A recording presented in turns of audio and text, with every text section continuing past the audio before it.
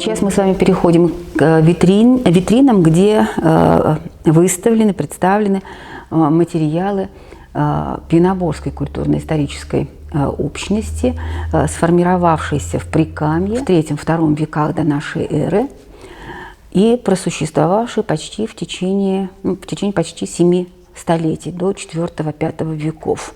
Это огромная, опять же, общность, это потомки ананинцев, но уже на новой ступени своего развития общества. Тем не менее, преемственность Пеноборья и Ананина очевидна для всех.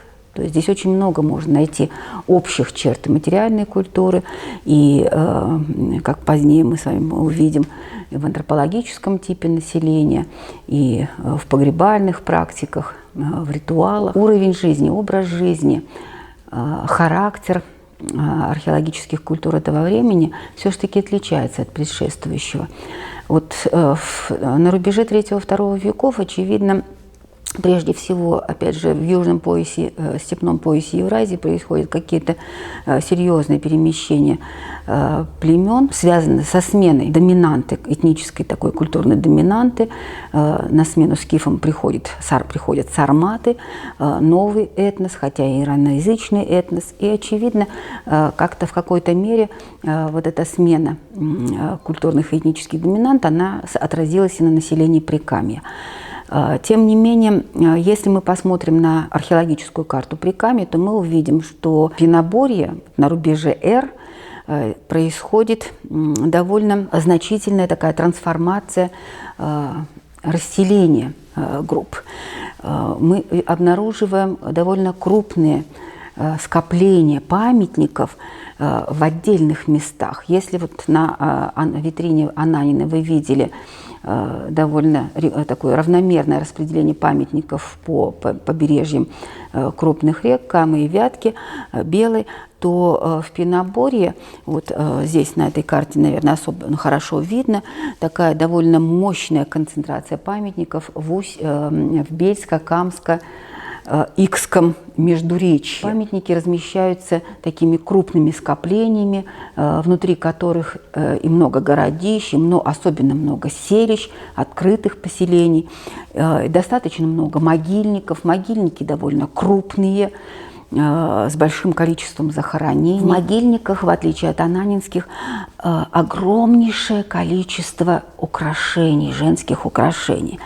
Вот по витринам музея, по экспонатам музея, как раз это прежде всего бросается в глаза любого посетителя. Разнообразие женских украшений, их выразительность. Лишь в одном погребении Чагандинского могильника, если мне не изменяет память, в 15-м, как раз вот реконструкция женщины из этого погребения представлена здесь, скульптурная реконструкция, было обнаружено почти 400 предметов. Почти 400 предметов.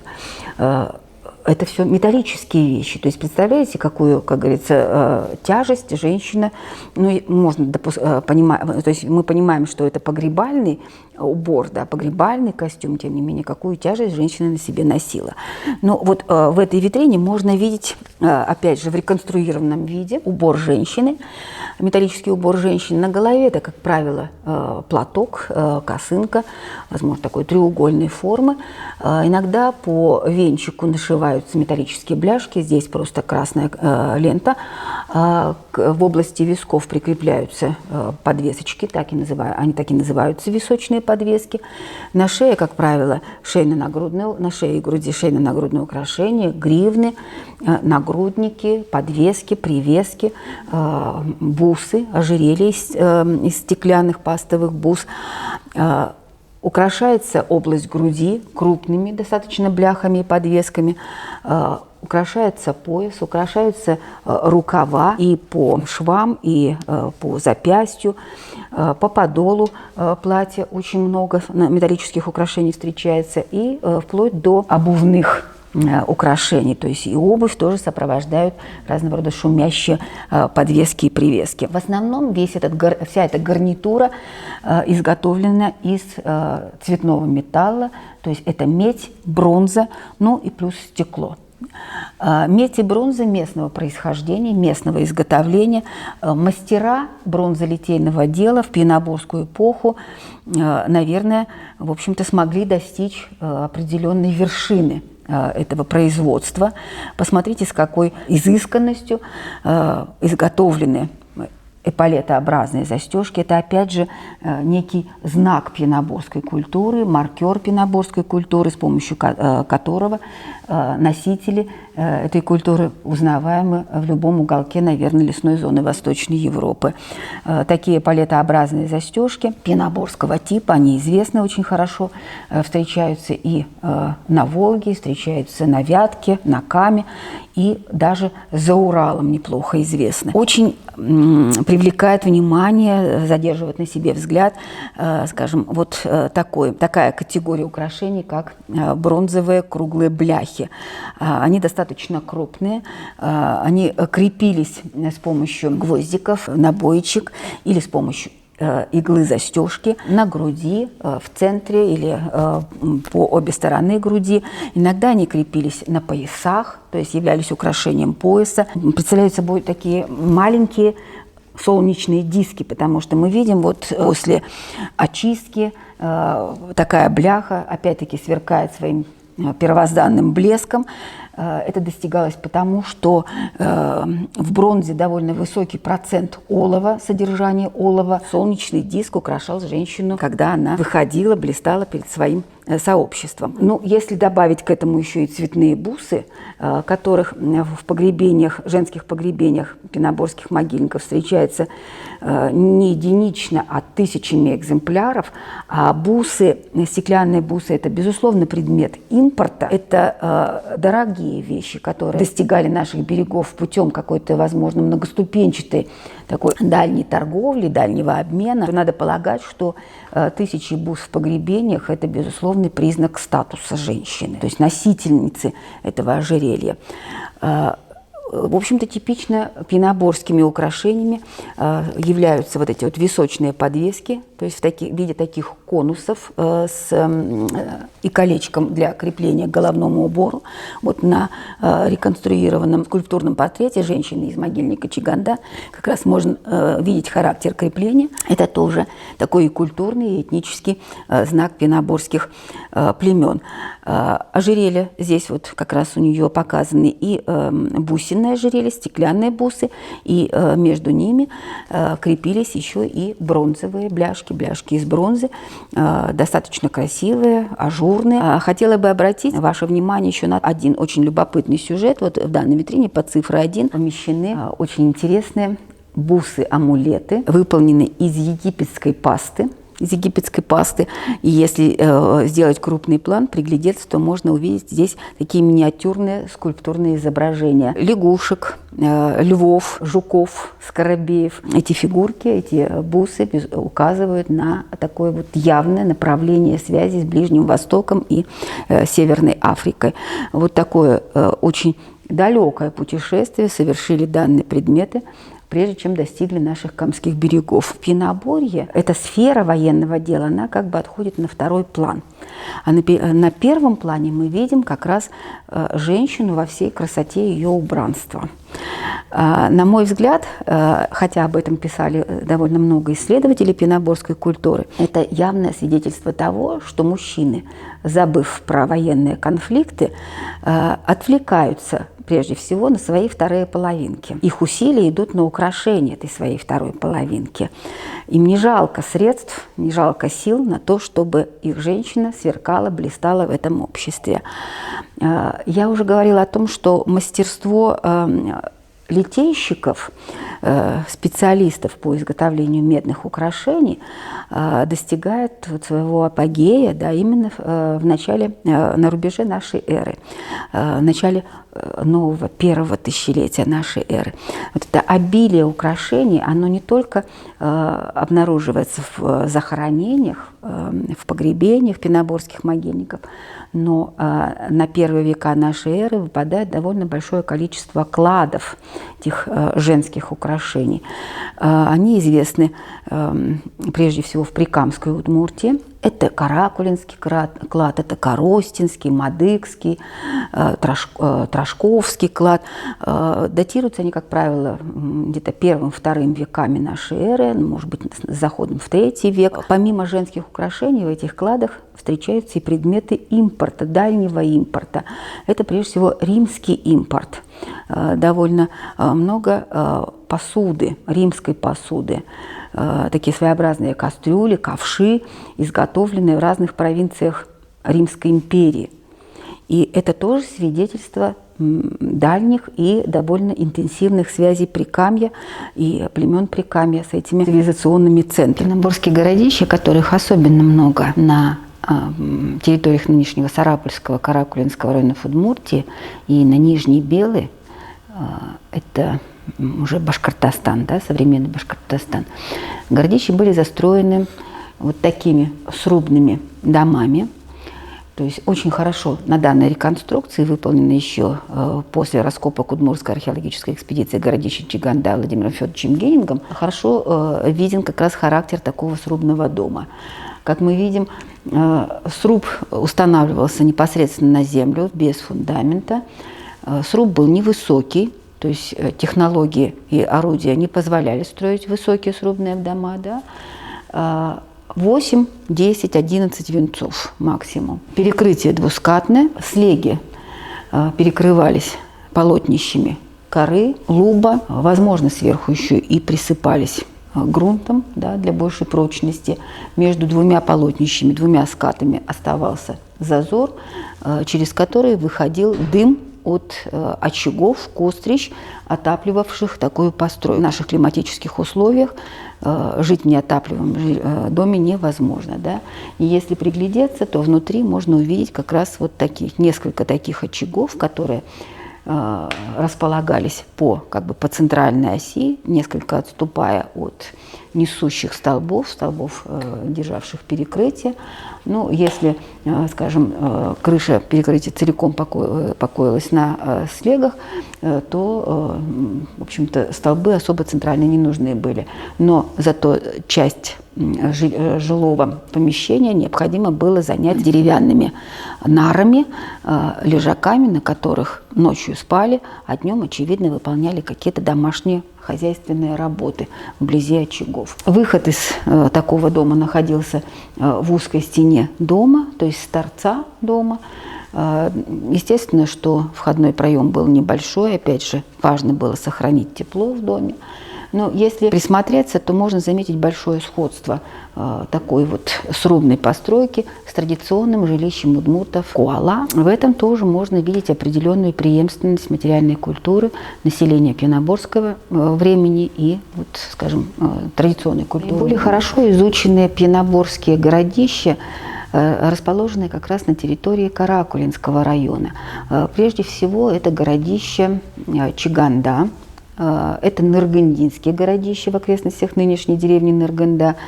Это городище Каменный Лог, недалеко от деревни Узбельск. Именно эти городища раскопаны большими площадями, и раскопки позволяют нам сегодня довольно неплохо представлять характер жизнедеятельности, вот эту бытовую сферу пьяноборского населения. В данной витрине можно видеть реконструкцию поселка на Чигандинском первом городище. Это мысовое городище. На городище было 2 вала, то есть, скорее всего, двухчастный поселок, но поскольку вторая площадка раскопана небольшой площадью, соотношение этих 2 частей пока не совсем ясно.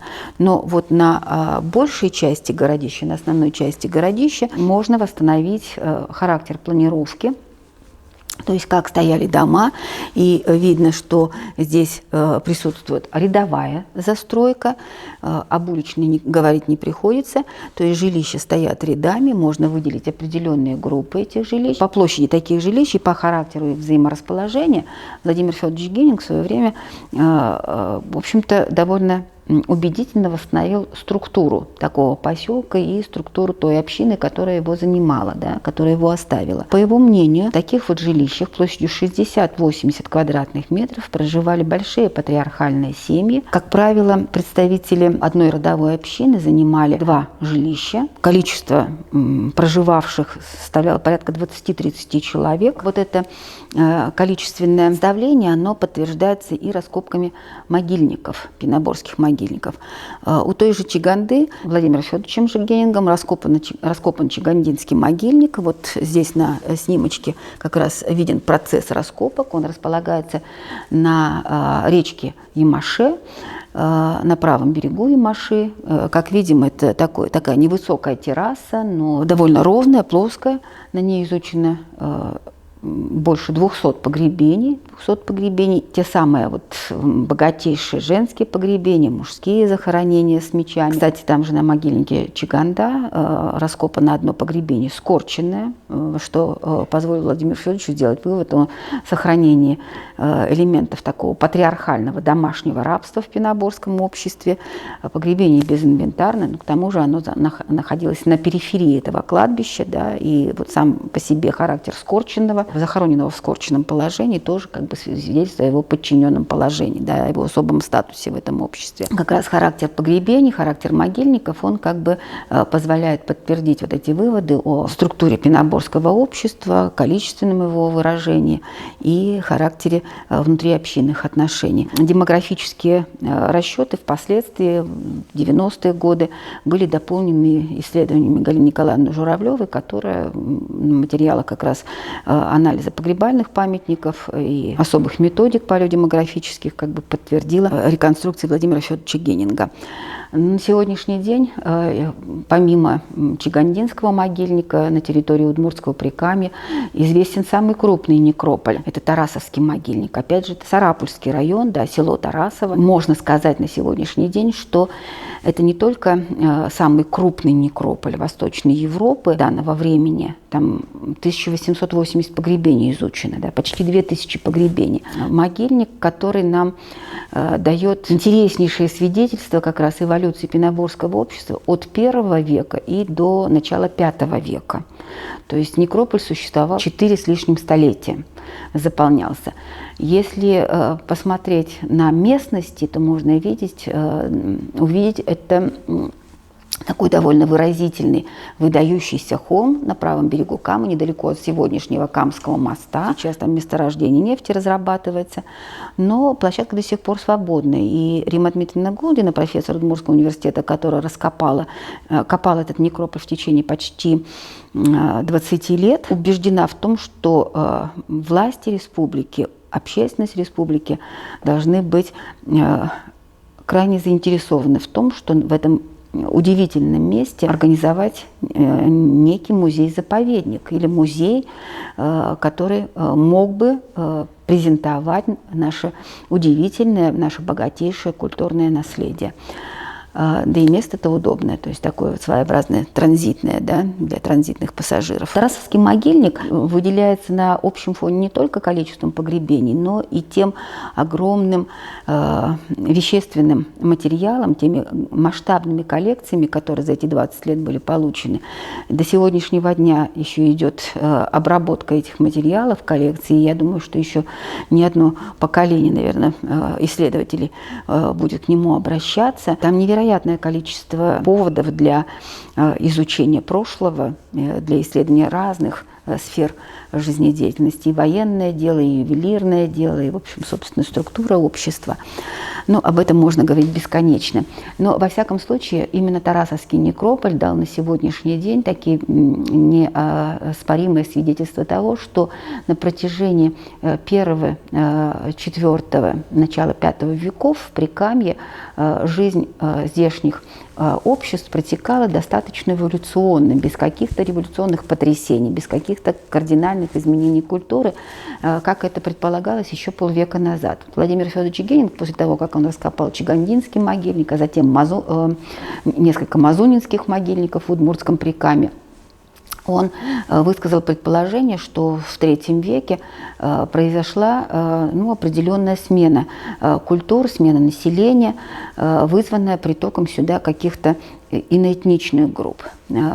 Так вот, Тарасовский могильник, он, в общем-то, позволяет как раз говорить о том, что такой вот резкой смены населения не было, и развитие местных культур происходило в рамках именно местных обществ, да, местного населения.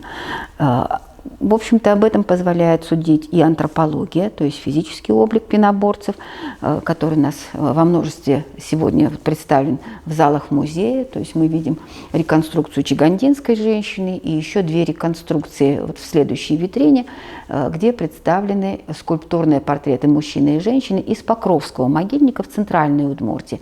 Это могильник IV-V веков, и как раз такое внешнее сходство носителей этих 2 археологических культур, чигандинской, пеноборской и мазонинской, в общем-то, выглядит достаточно очевидным. Мазонинская культура, собственно, выделенная Владимиром Федоровичем Генингом в конце 50-х годов XX века, она в залах музея, наверное, представлена наибольшим количеством экспонатов, поскольку памятники этой культуры неплохо изучены, в том числе и сотрудникам Национального музея Удмуртской республики, ветеранам, скажем так, музейного дела Удмуртии Таисии Ивановны Останиной, и, собственно, раскопки Покровского могильника, Постольского городища. Вот они здесь такой вот богатый, как говорится, коллекционный материал представляют, позволяют довольно детально характеризовать жизнь населения нашего края в III-V веках нашей эры. То есть в III веке действительно несколько меняется, может быть, характер расселения. То есть мы видим, что после бурных событий рубежа эр примерно вот с III века начинается некоторый отток с камских берегов жителей этих чигандинских городищ во внутренние районы Удмуртии. Вот эти непроходимые наши удмуртские леса. Это стало возможно только потому, что в обиход населения довольно прочно уже входит железо. Мы с вами говорим о железном веке, да? Довольно прочно входит железо. И здесь в экспозиции можно видеть железные топоры, железные тесла, вот здесь даже железные наконечники пахотных орудий, то есть такой вот сошник, да, для обработки почвы. Именно железный топор, распространяясь вот с первых веков нашей эры, как один из инструментов, как одно из орудий сведения леса, и позволил местным племенам идти вглубь удмуртской территории, вглубь наших лесов, вдоль малых рек, притоков, правых притоков реки Камы, заселяя вот нынешние центральные районы Удмуртии. Именно с III-V веков городища появляются вблизи нашего Ижевска и даже в самом Ижевске. Нам известно 2 карлудских городища в районе завода «Нефтемаш». Городища не раскопаны, они пока еще ждут своих исследователей, ждут своего часа, хотя требуют очень серьезных мер по их защите со стороны государства. К этому же времени относится и Ижевский могильник, он тоже датируется III-V веками. Этот могильник был раскопан сначала Генингом в 50-х годах, а затем в начале 70-х годов, 74-75 год, Таисия Ивановна Останина и Римма Дмитриевна Голдиной. Этот могильник располагается на берегу Ижевского пруда, располагался на берегу Ижевского пруда, и сегодня на этом месте выстроен Центр детского и юношеского творчества, да, то есть дворец пионеров. Ну а часть крутого склона и большого лога, который отделял эту вшивую горку или швивую горку, как она называлась на местном диалекте, от вот той набережной Ижевского пруда и высокого берега, на котором стояли дома управляющего, и дома квалифицированных, высококвалифицированных, профессиональных служителей Ижевского оружейного железоделательного завода. Этот лог был засыпан, сейчас и овраг этот, и лог засыпан, и там сейчас стоит у нас жилой комплекс «Ривьера». Могильник, кстати, так и до конца не был изучен. Ну, я думаю, что, наверное, уже изучить его будет проблематично. В окрестностях Ижевска могильники 3-5 веков тоже изучены и исследованы. Ну, в частности, в Малопургинском районе Покровский могильник, в Завьяловском районе есть могильники этого времени, например, у деревни Чепаниха, деревни Нива в Воткинском районе. Мазунинское население Удмуртии, территории Удмуртии, мы с полным правом можем рассматривать, собственно, как автохтонов края и как предков удмуртского народа. Собственно, об этом свидетельствует и антропологический тип. Все-таки вот эти 7 веков спокойного, стабильного развития прикамского общества способствовали тому, что происходит интеграция разных родоплеменных групп, да, и вот в рамках этих интегративных таких процессов формируется некая прообщность, да, которая обладала, очевидно, какими-то общими языковыми чертами, общими чертами материальной культуры и общими антропологическими чертами. Вот этот вот пиноборский антропологический тип, как полагают специалисты, палеоантропологи, лежит в основе антропологического типа современных удмуртов, в своей основе. Ну, в частности, даже вот в экспозиции нашего музея, вот там за вашей спиной помещены останки такого мазунинца, как раз из Покровского могильника, мужчины-воины, поскольку рядом с ним меч, то есть предметы вооружения, предметы его социального статуса помещались. То есть это такая вот вырезка как раз из погребения, которая перемещена в залы музея, и теперь она вызывает интерес и восторг у всех посетителей. То есть как раз демонстрируя, что называется, нам вот прямые свидетельства этих наших далеких предков. В III-V веках у пиноборского населения Прикамья можно заметить появление новых таких как бы маркирующих элементов, которые, собственно, в свое время так зацепили внимание Владимира Федоровича Геринга, что он посчитал необходимым выделить самостоятельную мазунинскую культуру. Среди таких этнокультурных признаков для III-V веков в Прикамье, безусловно, можно рассматривать вот такие вот фибулы-застежки по цифре 1, которые получили название бабочек или бабочковидных фибул. Вот они и внизу есть, такие бабочковидные фибулы. Морфология, то есть формы этих фибул, застежек весьма разнообразны, но в основе своей они напоминают как раз бабочку, то есть вот у нее туловище, да, центральной части, и как бы 2 раскрытых крыла. Хотя по технологии изготовления эти фибулы весьма разнообразны. От небольших цельных таких металлических экземпляров, цельно-бронзовых, или, скажем, из меди и бронзы, до в более позднее время крупных, очень крупных образцов на железной основой и лишь таким декоративным оформлением из пластинок или лент, полугорошин, выполненных из цветного металла.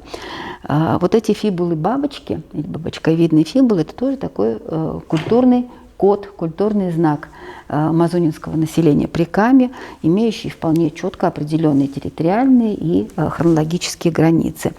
Мазунинцев, то есть материальную культуру мазунинцев, довольно четко обозначают и вот такие интереснейшие ножны, в которых носили кинжалы не только мужчины, но и женщины. Как видим, они имеют довольно оригинальную такую рюмковидную форму, но они плоские, то есть состоят из 2 пластин и украшены специальными дополнительными такими привесками и, опять же, приклепанными полугорошинами или штампованными полугорошинами. Такие ножны носились на поясе, крепились к поясу. И повторюсь, что они составляли деталь костюмного убранства не только мужчин, но и женщин. Сохраняются от пеноборского времени, сохраняется определенная традиция украшения женского головного убора височными подвесками. Но если мы с вами в Пеноборе видели такие подвесочки вот на дамочки из 15-го погребения Чаганды в виде проволочного украшения в верхней части в виде знака вопроса, а внизу завернутого в коническую спираль, то у мазонинцев вот эти подвесочки, они, как видите, сохраняют такой знак вопроса, но они меняются. Здесь мы видим металлический стержень, который в верхней части, в части крепления к головному убору в области висков закручивался в кольцо, а в нижней части вот этот сам стержень, а иногда и кольцо, обматывались дополнительно металлической проволокой. И, кроме того, на стержень довольно часто в погребениях такие подвески встречаются. В основании стержня нанизывалась стеклянная, крупная стеклянная бусина. Эта бусина могла быть либо из однотонного стекла, либо, скажем, украшена еще и какими-то дополнительными декоративными элементами в виде глазков, например. Очень много. То есть, вернее, продолжается, видим продолжение традиции украшения, шейно-нагрудных украшений женщины гривнами и бусинными ожерельями. Правда, в мазонинское время, в отличие от раннего чагандинского, ожерелье состояло уже не сколько из крупных бусин, сколько вот из таких мелких бусин диаметром 2, 3, 4 миллиметра. Это так называемый бисер, стеклянный бисер. Причем у Таисии Ивановны Останиной, когда она работала над своей диссертацией по мазонинской культуре, замечено, что наборы бисера в удмуртском Прикамье и в мазонинских могильниках, скажем, башкирской территории, да, в бассейне реки Белой, они отличаются по предпочтениям цветовым. Скажем, у нас в Удмуртии в основном это синий, желтый цвет, да, ну, иногда черный. А вот на территории Башкирии это черный, желтый цвет, белый цвет стекла, зеленый цвет стекла. То есть вот какие-то такие локальные различия у мазонинцев все-таки отмечаются. Во второй половине IV века на территорию Прикамья проникают новые группы населения. Это были такие достаточно мобильные группы тяжело вооруженных воинов, которые существенно отличались по составу наборов вооружений от системы, как говорится, то есть от того оружия, которым обеспечивались, как говорится, наши местные воины. Вот эти пришлые группы были прежде всего конными воинами, то есть они воинами-всадниками.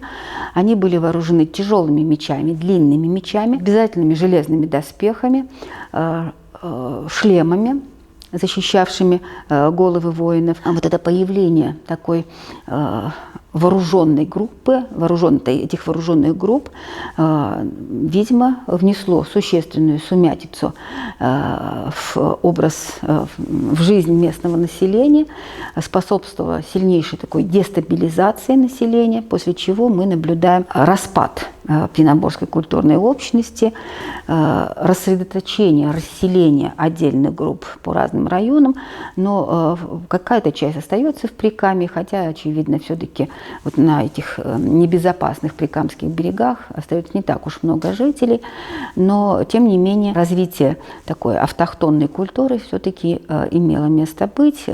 Здесь на базе мазонинской, на основе мазонинской культуры формируется новое уже культурное образование, в частности, в Южной Удмуртии это верхнеучанская культура, получившая название по городищу в деревне Верхний Учан в Алнашском районе.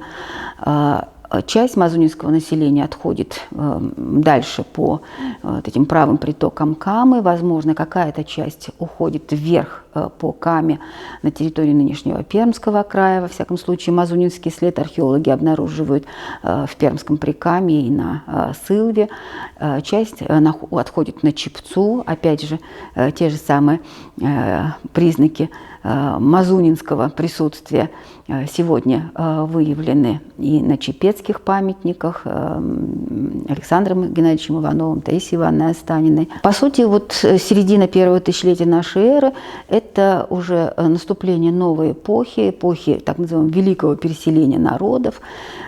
Конечно, такой явной турбулентности в Прикамье мы не видим, как это можно, скажем, наблюдать в Западной Европе или, скажем, на территории вот, формирования восточнославянских союзов, да, племен. Но, тем не менее, этническая или этнокультурная карта региона с середины первого тысячелетия начинает меняться совершенно по-новому, и это уже такая грань новой эпохи, средних веков, наступления средних веков, и это уже новая страничка в истории нашего края.